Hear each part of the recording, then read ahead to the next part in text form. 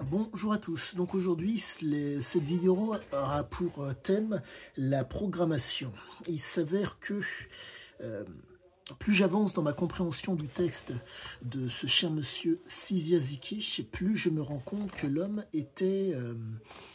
ne pouvait déroger à ce qu'il était. Il s'avère que, pour ceux qui suivent la chaîne, vous savez que mon acuité par rapport à mes recherches m'amène à faire, je dirais peut-être parfois des trouvailles ou entre guillemets, à appuyer sur certains détails qui sont communs à tous et qui démontreraient que réellement le déterminisme est envisageable. Mais quoique, pour que le propos soit d'autant plus clair pour ceux qui me suivent, le déterminisme voudrait dire qu'on ne peut pas changer la nature profonde de quelqu'un. Là, je vais d'autant plus loin. Il s'avère que vous avez donc une programmation génétique qui est commune à tous, un lion, une fourmi, ou une programmation génétique qui fait qu'ils sont ce qu'ils sont entre guillemets au niveau de la forme et au niveau mental aussi, ce qu'ils sont. Cette programmation, ce code génétique, peut être cassé. Mais cette programmation génétique ne peut être cassée que par trois biais. Le conscient, l'inconscient et le corps. Ce sont les trois éléments par lesquels on peut, si je puis dire, casser la fameuse programmation. Dans le cas de Siziaziki, albanais et grec, il y a un comportement et un environnement, comme tout à chacun, qui fait que sa programmation peut s'exprimer ou pas. À la suite de ça, quand il y a un conditionnement qui a été entretenu, cela amène un renforcement. Et ce renforcement, selon les différentes périodes de sa vie, enfance, adolescence, âge adulte, il peut y avoir un renforcement ou pas. Et malencontreusement pour lui, comme il est extrêmement réceptif, il a été extrêmement réceptif à la conduite du père et au comportement du père. Le père lui tenait des propos qui sont révérencieux du type « On ne devient un homme que lorsqu'on a enculé un curé et un flic ». Autre fait marquant du père, il fumait le cannabis, et je pense qu'il devait fumer aussi la fumée de cigarette. Il a été dans un pays, le Maroc, il est né dans ce pays, où les lois communes à tous, lois anti-cigarettes et compagnie, que nous vivons actuellement en France, n'étaient pas présentes. Donc, vous avez un gamin qui a été imprégné par des odeurs absolument normales, soit dit en passant, mais qui ne sont pas agréables et qui conditionnent un comportement. Plus exactement, qui conditionnent biologiquement ce qu'est l'enfant, ce qu'est cet enfant. Il faut comprendre que dans le cas de Siziaziki, la fameuse programmation ne peut s'exprimer que quand il y a le comportement et l'environnement. Et ça se développe. S'il n'y a pas le père qui fume, un endroit où il y a des fumées de cigarettes, des éléments néfastes qui font qu'il y a un conditionnement négatif, la programmation ne s'exprime pas. La programmation ne se développe pas. Et s'il n'y a pas l'environnement adéquat, donc possibilité, si je puis dire, de faire des pauses, compte tenu du fait que le Maroc est un pays il est né dans la ville de Taroudan, de mémoire une trentaine de degrés, donc vous avez une espèce d'adaptation lumique. Le fait d'avoir les bras nus, de sentir la chaleur sur soi, de sentir la chaleur sur son torse pour peu qu'il aille à la plage ou autre, en étant enfant, vous n'êtes pas, et qu'il ait les jambes nues parce qu'il est en short, vous avez un comportement spécifique qui fait que vous avez une imprégnation de la vitamine D qui fait que, il y a un bien-être. Mais qui dit bien-être d'un côté de par le climat et de par la nourriture, dit aussi parfois, malheureusement, mal-être. Le mal-être dans le cas de Siziaziki, ça a été dû entre autres au fait des événements aux besoins d'indépendance des Marocains qui, entre 55 et 56, ont cherché, il y a eu énormément de troubles au Maroc parce que les Marocains souhaitaient leur indépendance par rapport à la France. Le père a fait le choix du Maroc parce que c'est un légionnaire.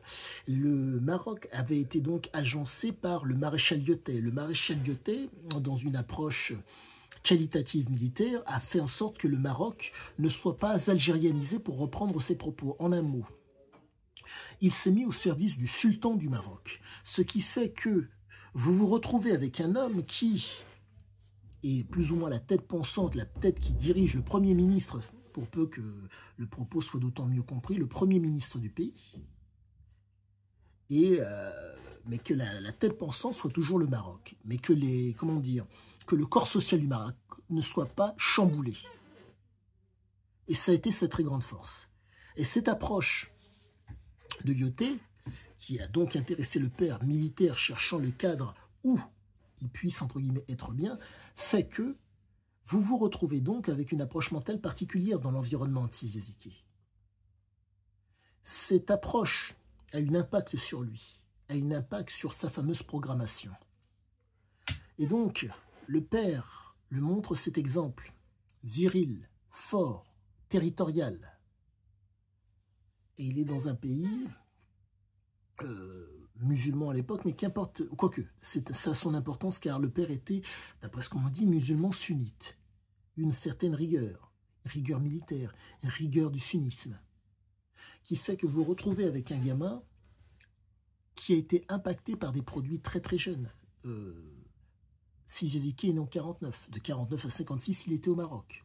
Donc vous vous retrouvez avec un gamin qui a 6 ans et quelques, moins de 6 ans, quand il est impacté par la fumée de cigarette et par la fumée de cannabis que fumait son père. Et donc vous vous retrouvez avec un gamin qui a été donc conditionné, dont la programmation a été conditionnée pour que le propos soit d'autant plus visible. Un programme vous est proposé, vous levez tous les jours. Ce programme, la condition, entre guillemets, pour qu'il comment dire, la suite de ce programme, c'est le conditionnement. Aller à l'école, vaquer à vos occupations, que sais-je. Dans le cas de Yaziki, le père, c'est comme c'est pas autrement chez moi. Conditionnement d'ordre mental. Cigarette au bec, cigarette peut-être de cannabis. Je ne sais pas comment cela se présentait, mais quoi qu'il en soit, Yaziki s'est adonné au cannabis plus tard et a eu plus ou moins la même conduite que son père. Il faut savoir que le père avait la chemise ouverte et il faut savoir que cette approche que Yaziki a eue est le fait du père. Le père s'habillait comme ça, donc Yaziki s'est habillé comme ça. Petit aparté. Territorial, le père. Il plante le drapeau français à la porte-fenêtre. Arme à la main, il défend la famille.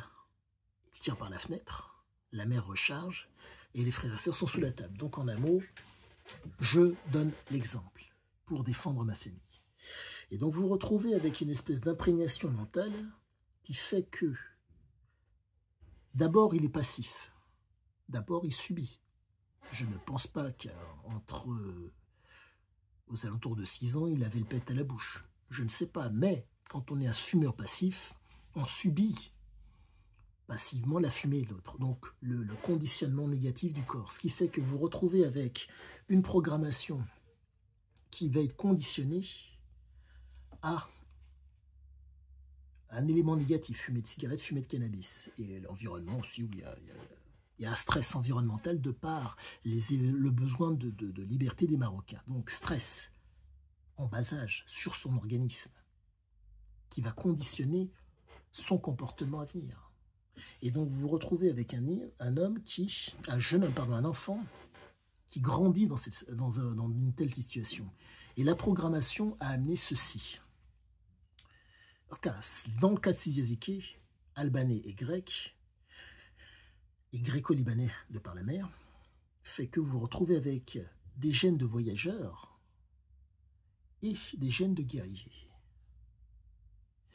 Et donc, ces gènes ont été conditionnés de façon négative par les substances, donc ce que le père fumait, donc au niveau neurologique et véno-circulatoire, imprégnation. Au niveau physique, le père conditionne, entre guillemets, est un militaire, ça se passe comme ça chez lui. On doit se tenir, on ne doit pas montrer sa faiblesse, donc conduite mentale et conduite comportementale, qui fait que le père a conditionné la trajectoire, a conditionné, si je puis dire, l'approche mentale des enfants et l'approche comportementale des enfants. Et pour peu que la programmation exprime ou permette, comment dire,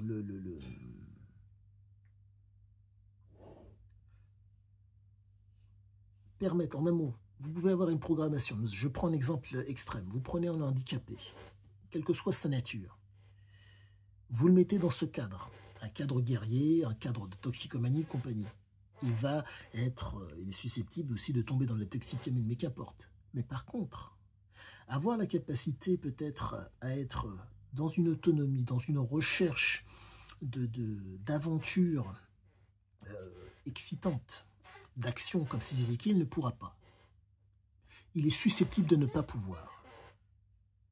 Mais ça va dépendre bien sûr du handicap. Petit aparté, pardonnez-moi, petite digression, je reviens au sujet. Donc la fameuse programmation fait que il a cherché à les éléments comportementaux et les éléments et les conduites adéquates pour pouvoir faire en sorte qu'elle puisse s'exprimer. Drogue, pour revenir entre guillemets à ces éléments, comment dire, à cette conduite, à cet état de conscience qui fait que il n'est plus dans un, comment dire, quel que soit l'endroit, c'est toujours la programmation qui prenne le pas. Environnement dangereux au demeurant pour le stimuler, pour que la fameuse programmation soit entretenue. Lieu dangereux pour que la programmation puisse s'exprimer.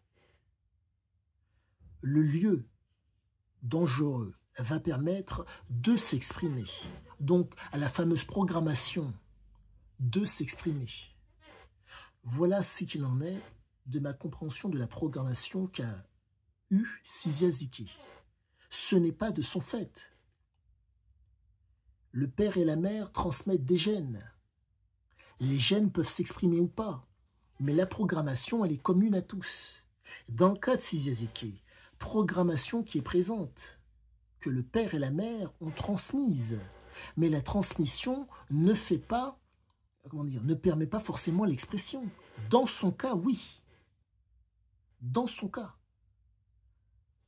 L'alignement de l'esprit, l'alignement physiologique et l'alignement du corps. Qui fait que là, le triptyque s'est présenté pour que la programmation puisse s'exprimer.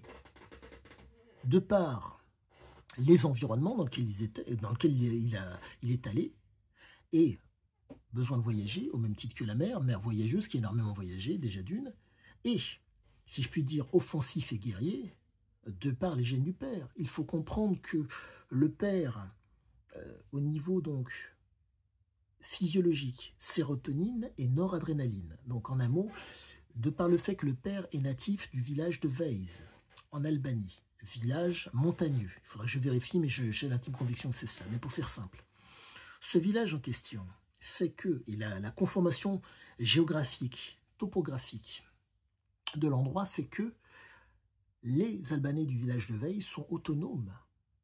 En tout cas, ils souhaitent être indépendants et ils sont autonomes. Mais la problématique, c'est que tout s'interpénètre. Comprenez que souhaiter être autonome, c'est une chose, mais on ne peut pas être indépendant de son environnement. Prendre en compte les gens, ce qui s'ensuit pour faire en sorte d'être en bonne intelligence.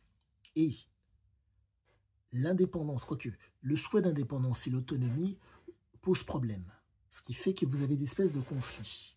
Mais au-delà de ça, dans le cas du père de Sizia, il fallait énormément de tension, pardonnez-moi, énormément d'adrénaline, si vous préférez, de choses stimulantes pour faire monter l'adrénaline. Je vous parle d'un type qui a fait le choix de la Légion. Je vous parle d'un type qui a participé à des événements guerriers. Je vous parle d'un type qui a fait le choix de quitter son pays. Pourquoi? Le besoin de tension pour, entre guillemets, faire vivre ce qu'il était. Pour pouvoir être réveillé, il faut une intensité donnée. Pour pouvoir être endormi ou s'endormir, il faut une intensité donnée.